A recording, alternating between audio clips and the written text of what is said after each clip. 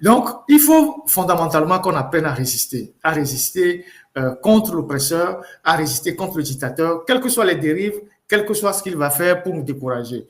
Et donc, j'ai une pensée pour tous ces gens-là qui ont été victimes de la sauvagerie, de la barbarie, des gens dont nous nous demandons s'ils sont véritablement togolais, de quel coin ils viennent du Togo. Est-ce que ces gens-là, avec la bestialité qu'ils affichent devant le monde entier, ils ont qualité à nous gouverner. C'est-à-dire qu'on ne peut pas, en 2025, accepter ce niveau de violence et de sauvagerie d'individus qui ont aussi des enfants, des épouses et des parents à la maison. Et tout ça, c'est la faute, c'est la responsabilité des dirigeants. On n'a pas cherché de midi à 24 heures. Le premier donneur d'ordre, je vous avais dit dans le live du dimanche passé, que fort.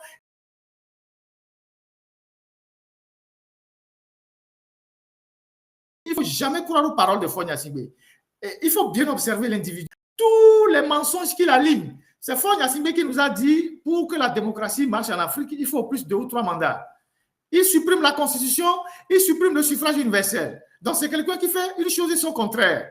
Il nous a dit qu'il est venu au pouvoir, que son père, c'est son père, que lui, c'est lui. C'est-à-dire, moi, je ne ferai pas comme mon père, mais il fait pire que son père en termes de vol, d'assassinat, de pillage et de perversion des valeurs. Donc, ce n'est pas un homme de parole.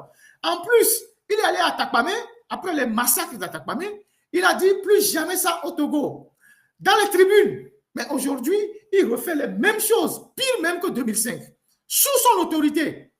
Sous son autorité, il refait les mêmes choses pratiquement. Les milices, les machettes, les cordelettes. Il ressort les mêmes instruments qu'il a utilisés en 2005 pour venir au pouvoir dans le sang. Donc, ce n'est pas quelqu'un de parole. C'est quelqu'un qui sait que s'il quitte le pouvoir demain, il va avoir maille avec la justice nationale et internationale. Donc, il va s'accrocher jusqu'au bout. Et donc, pour s'accrocher jusqu'au bout, il mobilise tout ce qui lui reste dans l'armée, comme ceux qui le soutiennent, les unités fidèles, les gens qui sont fait venir de la région du Nord. Je vous ai dit la dernière fois qu'il y avait des camions de militaires qui rentraient à Lomé. Je vous ai dit ça le vendredi ou c'est le jeudi que j'ai fait le live. Je ne sais pas si c'est le mercredi que j'ai fait le live. Qui avait des jeeps, des bus qui amenaient des militaires à Lomé, qui venaient du Nord. Donc, ce sont ces gens-là qu'il a déversés dans la capitale pour réprimer. Ensuite, il y a les milices qui ont été utilisées abondamment. Tout ça, c'est sous son autorité. Et c'est bien organisé, prémédité. Tout a été bien organisé. D'abord, parce que c'est Faure Gnassingbé qui est le ministre de la Défense au Togo. C'est lui qui a le portefeuille de la défense, donc il donne les ordres dans les casernes. Mais avant même que Faure Gnassingbé ne déverse sa soldatesque et ses milices pour tuer, aller taper les vieilles, les femmes dans leur maison, fracasser les crânes des enfants, Bawara l'avait annoncé. Bawara, dans sa sortie, le mercredi ou bien c'est le mardi, a dit clairement que quiconque prendra la rue va subir la rigueur de la... Il vaut mieux s'abstenir de vouloir y participer parce que vous trouverez face à vous l'État qui n'est pas dans une volonté de répression ou d'oppression de quelque nature que ce soit, mais qui est dans son rôle, dans sa responsabilité de faire respecter la loi, de maintenir l'ordre et la sécurité au bénéfice de tous les concitoyens. Que au Togo, comme ailleurs dans toutes les démocraties, l'État ne peut pas agir autrement que comme il l'a fait le 6, parce que nous n'étions pas face à une manifestation ou à une volonté d'organiser une manifestation régulière. Reprenez ça, s'il vous plaît. Il vaut mieux s'abstenir de vouloir y participer parce que vous trouverez face à vous l'État qui n'est pas dans une volonté de répression ou d'oppression de quelque nature que ce soit, mais qui est dans son rôle, dans sa responsabilité de faire respecter la loi, de maintenir l'ordre et la sécurité au bénéfice de tous les concitoyens. Je crois que au Togo, comme ailleurs dans toutes les démocraties, l'État ne peut pas agir autrement que comme il l'a fait le 6, parce que nous n'étions pas face à une manifestation ou à une volonté d'organiser une manifestation régulière. Donc, à travers cette vidéo, cette séquence de la vidéo de New York TV, Bawara annonçait directement la violence aveugle qui devait s'abattre sur les Togolais. Et donc, il connaissait le plan qui avait été déjà défini pour que la population puisse être reprimée dans le sang. Donc, lui, avec ces mots-là, avec cette séquence de ce qui s'est passé là, il va répondre devant l'histoire. Parce que c'est lui, il connaît les tenants et les aboutissants de tous ceux qui ont été préparés pour rentrer dans les maisons, frapper les gens, violer les femmes, tabasser les enfants, les jeter dans la lagune. Bawara le savait.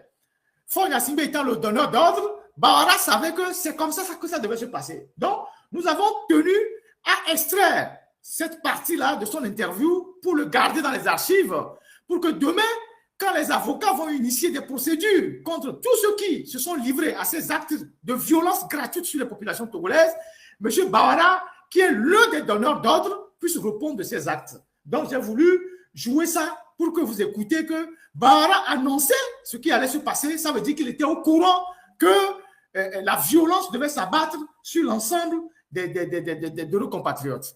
Voilà. Et donc,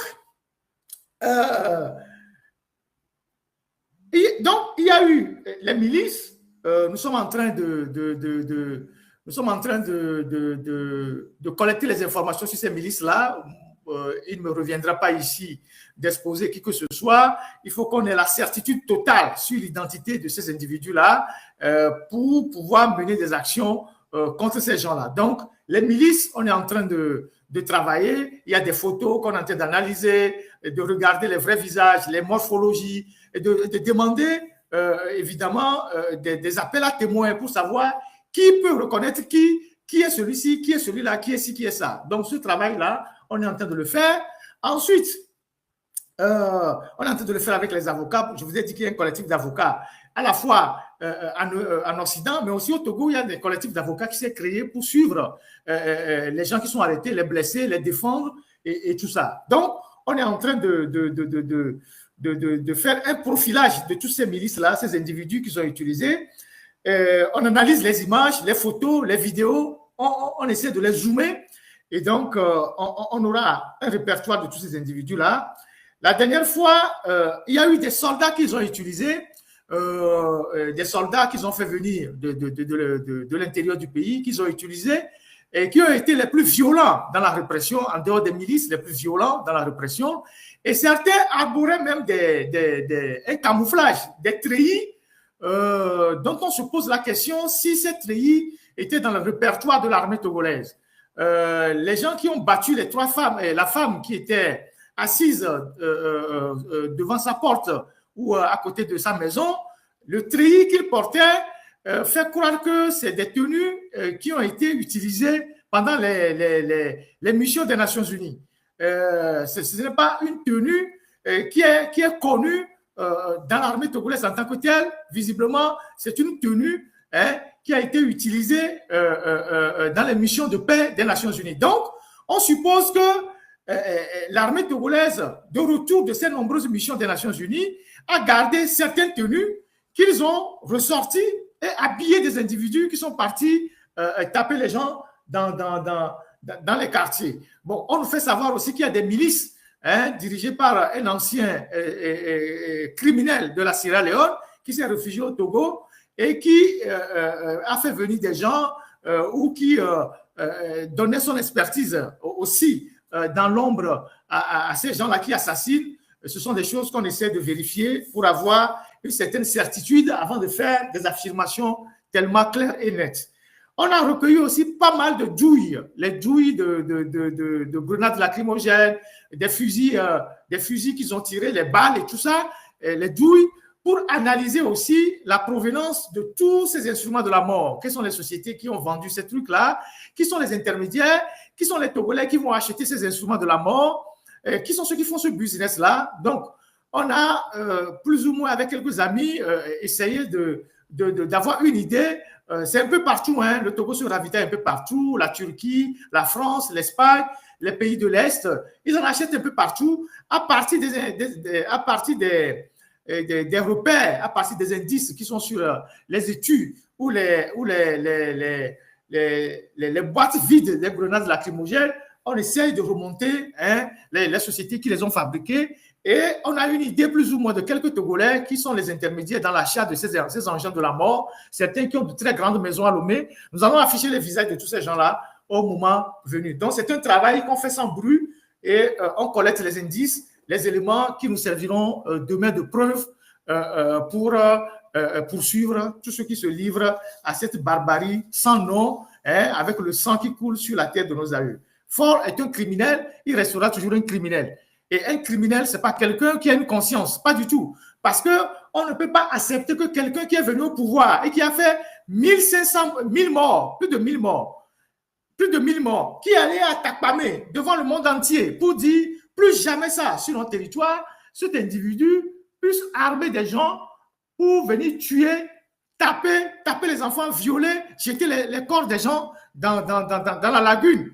À Takpamé, en 2005. Mais il y a eu plus de morts.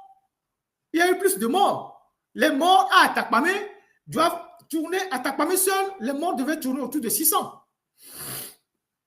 Excusez-moi. À Takpamé en 2005, il y a des gens qui ont été enterrés.